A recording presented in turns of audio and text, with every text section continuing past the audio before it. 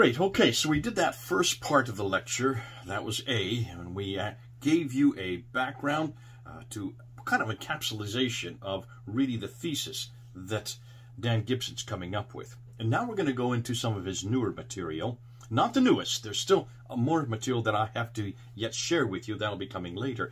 But he is specifically zeroing in on this whole notion that possibly Petra itself could be the original Mecca, not the name itself. There is no place called Mecca up there in Jordan. But if you look at the stages of the Hajj, you will probably see a lot of antecedents. You will see an awful lot of similarities, a good bit of parallels. So why don't we get into this? This is a good area that I'd like to share with you because it's important as we continue to ask, what do we know about the 7th century? What do we know about the 8th century? Let's go back and let's see what we now find way up there in Petra. So let's go right into the PowerPoint and let's share screen. And let's start with, what about Petra itself? Can it be the former Mecca? What are the new findings we have found about this old city? Well, when you look at the valleys in Mecca, they just don't exist. And remember, the Islamic traditions say that Mecca is in a valley. In fact, the Quran, chapter 48, verse 24, says it's in a valley. But take a look at these maps. Can you see there is no valley there where Mecca is? Not in a valley, but Petra, now look at that map on the right there, is in a valley and has a parallel valley. You can see the two parallel valleys there next to each other, looking down on top of Petra from above. So that fits the traditional account and also fits the Quranic reference. Petra fits the biblical account as well. Hagar is in a valley going to one mountain and then the other, which fits Petra. That's Marwa and Safa that we're going to talk about later. Abraham comes to talk to her and turns the corner out of sight, which is exactly what we would find with the cliffs in Petra known as Thanea, or the turning to the right. Take a look at this image. You can see the Thaneas there, those long strands, green strands. Those are the Thaneas that would make sense if Abraham had come to find Hagar there. What's also interesting is that you take a look at this structure here that I've pictured, and that's the temple of Dushara. Who is Dushara? He is the senior god of the Nabatean pantheon. What's fascinating, that is his name, but that is not his title. His title is Ilaha, the god, which is where Allah comes from. And that's why on the coins that we're going to see next week, that name appears on the coin because they are the one that introduced that name of God. So Allah, the name for God, the name of God in the Quran, is not a name. It's nothing more than a title, the God. And where does it derive from? It derives from Petra, which most of Arabic that we use today comes from Nabatean Aramaic, which is, again, the language they use in Petra. Also interesting is that when you go to chapters 53, or Surah 53, ayah 19 to 20, known as the Satanic verses, we have the reference to the three goddesses, Alat, Al-Uzza, and Al-Manat. But Alat is the feminine form of Allah, means the goddess. Again, it's a title, the goddess. But Alat is the generic title for Al-Uzza, the goddess, who is the wife of Allah. So Allah has a wife. I had no idea, because I always thought God was one and has no consort. In chapter 6, verse 101 and 102 in the Quran, it's very clear that Allah does not have a wife, has no consort. Yet here, the very God that we see the Muslims using and that Islam uses and that the Quran uses is derived from the Nabatean god, Dushara, whose title is Ilaha, or Allah, who has a wife named Al-Uzza, whose title is Allah, the feminine form of Allah. So how could God be one if he has a wife? Petra is also where the best-looking Kaaba is found. Now, there is a square in the center of Petra. Take a look at that picture on the right, which looks like a Kaaba. See, it's larger than the present-day Kaaba in Mecca. Why? Well, Muhammad ibn Abd Allah al-Azraqi was a 9th century Islamic commentator and historian and author of the book Kitab Akhbar Mecca, the book of the reports about Mecca. Now, he's reporting of the material that was given to him. So he's not the one that is actually writing it. He is taking the documents that he was given about this place called Mecca. And he gives the measurements that he has received of the Masjid al-Haram. Now remember, he doesn't call it the Kaaba, he calls it the Masjid al-Haram, the forbidden place of bowing. And the earlier Kaaba, during Muhammad's time, And it has the exact same measurements as the square, which is in Petra today that you see encircled there. It has that measurement. The later built Kaaba in Mecca was built at a later date and does not have those dimensions. There you can see it on the right. So the reference points to the measurements of what the Kaaba should be fits Petra, not Mecca. Also, Al-Zaraqi talks about the temples that were built around the Kaaba, immediately around it, attached to it. If you look at the Petra Kaaba, you will see it does have temples around it. You can see that in the picture. The Meccan Kaaba, looking at the earlier pictures, now here's a picture from the 1800s to 1887, though two different pictures in the 19th century. The Kaaba stands completely alone. There are no temples around it, suggesting, therefore, that Al-Zaraqi is not talking about that Kaaba or Masjid al-Haram. When you go to Mecca today, you will find that long corridor known as the Safa and Marwa. Those are the two mountains. According to chapter 2, verse 158, they refer to these two mountains where the pilgrims run back and forth. And you can see in the picture on the bottom left where they're commemorating the search by Hagar for water. And she's looking for water for her son Ishmael. And she runs between these two mountains back and forth. And these are supposedly the two mountains that are there in Mecca today, Safa and Marwa. But when you take a look at them, those don't look like mountains to me. They look like little pieces of rock. They're only about 15 to 20 feet high. If these are mountains, why are they so small? And it looks like they've been placed there at a later date. Possibly they're there to symbolize it, but they certainly are not mountains. Now, when you go to Petra, you will find the two mountains of Safa and Marwa. They're named that. These mountains of Safa and Marwa have been discovered. There are ruined foundations on each with the remnants of what could be earlier Nabatean temples. Today, one can also see later ruins of an old church there that you can see on the right side of the picture. What about the Zamzam well? Well, according to Al-Bukhari, it refers to streams in Mecca in volume 2, hadith number 685. Yet there are no streams in Mecca at all. The most that you'll get is the Zamzam well, which is in Mecca, but it is not a stream. It is only one well, and could not have accommodated all the caravans that Muslims tell us approached Mecca. There was no water at all. There still is hardly any water. It all has to be piped in from other sources. When you go to Petra, however, there are well and water systems. There's all kinds of water systems. They're still there today, and there are many wells. Possibly that's the Zamzam well they're referring to that you see in the upper right-hand picture. What about Muzdalifah? Muzdalifah is according to what is in Mecca today. Muslims stand and pray there until sunset, and on Mount Arafat or Mount Mercy, and then they spend the night in the plain of Muzdalifah.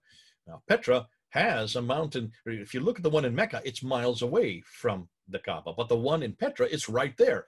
It's a huge mountain, has a slippery slope, and it has a mosque and the ancient church on the top, and at least 5,000 people can easily stand and pray on it, which fits what the traditions say, exactly what they used it for. And then you get to the Jamarats. The Jamarat are these pillars, 3 of them that are in Mecca, where people throw anywhere from 49 to 72 stones at these 3 devils. Today, it has now become 3 pillars, which were exposed in the upper left, but to now, most recently, they have now enclosed those 3 pillars. You can see the upper right picture.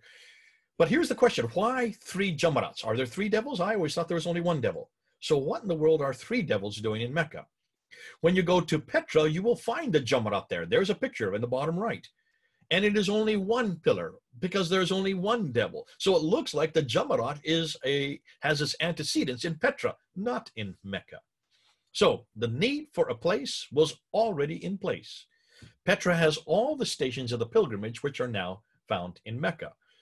A square, the Kaaba, with the exact dimensions mentioned by Al-Zaraqi, which does not fit the present-day Kaaba in Mecca, but does there in Petra.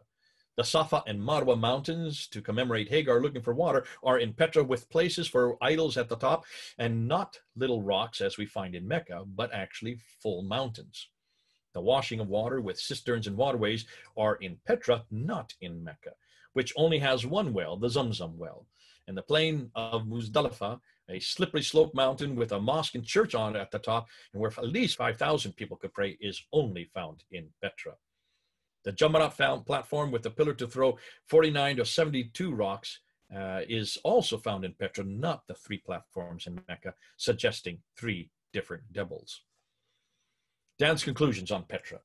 According to his latest findings, he says the traditions tell us that Mecca is in a valley, yet Mecca isn't while Petra is. The Thanael cliffs are not in Mecca, but they can be found extensively in Petra. The Quranic god Allah and the goddess Allat and Al-Uzza are uniquely from Petra, not Mecca.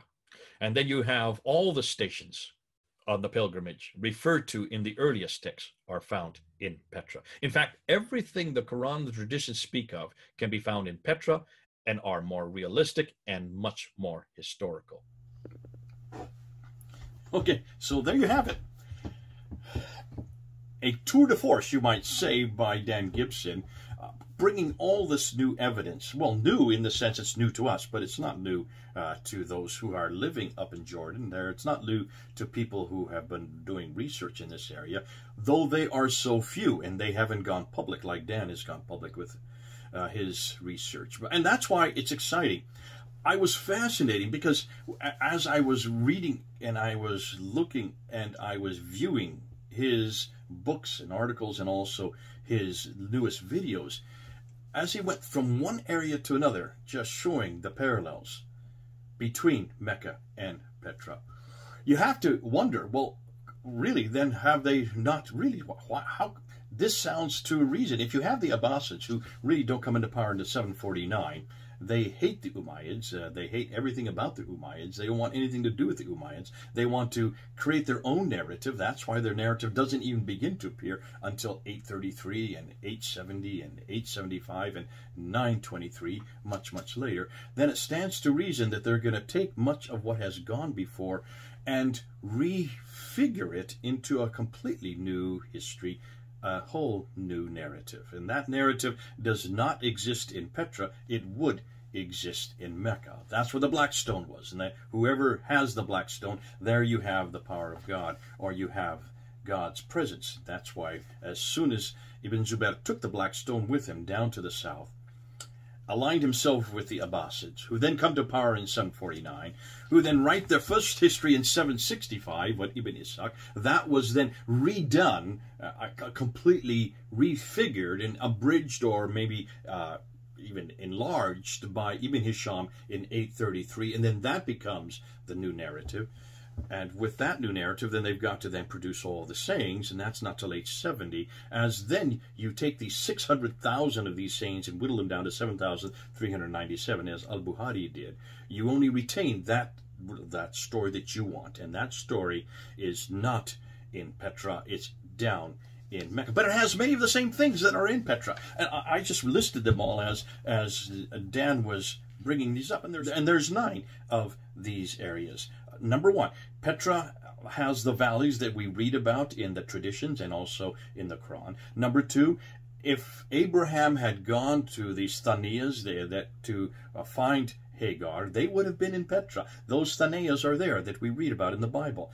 The name Allah, the name Allat, these, both Allah and Allat, these are the, as we now know today, the generic titles for the gods of Dushara and Al-Uzza. These are in Petra, though they are in the Quran. Right through the Quran, Allah's name has been used. Nothing new, nothing exciting about that. And that, if we see on the coins, as we're going to see later on, the coins, the name of Allah is all on all the coins, because that is the name that was then adopted by all the Arabs in that area.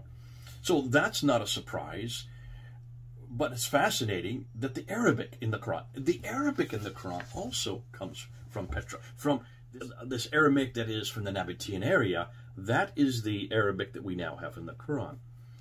And that's why it's fascinating that it all seems to be pointing there, all this area from what we now know today. And then what I love is what Dan Gibson did by pinpointing these 5 different stages of the Hajj, the pilgrimage. All these 5 stages are much more correct in Petra than they are in Mecca. The Kaaba fits Petra, the Safa and Marwa mountains fit Petra, the Zamzam well, it doesn't even, we don't know of a Zamzam well of any of the traditions, we know of streams, and those fit Petra. The Muzdalifah and the Arafat, the plain and the mountain, they all fit Petra, and the Jamarat tower fits Petra, not 3 but 1. So all of this seems to fit Petra, suggesting that that was the antecedent to the Mecca we have today. That was the Umayyad, and even earlier that, the Nabatean sanctuary, which and then the Abbasids took and then refigured and reformed and rebuilt down there in Mecca sometime in the 8th century. Fascinating, fascinating. But you know, there's going to be some criticism of this, and that's what we're going to do next. We're going to go into the criticism, because people are criticizing. Specifically, Dr. David King is very critical. So we're going to head into that next. Stay with us. Write your comments. Engage with this new material. This is new material. I'm sure it's the first time many of you have heard of it. So we need to unpack it. We need to understand it. We need to engage with it. We need to respond to it. And we need to come to new conclusions. And that's what we want you to do. So do that in the comments at the bottom. Okay, then. This is Jay. Over and out.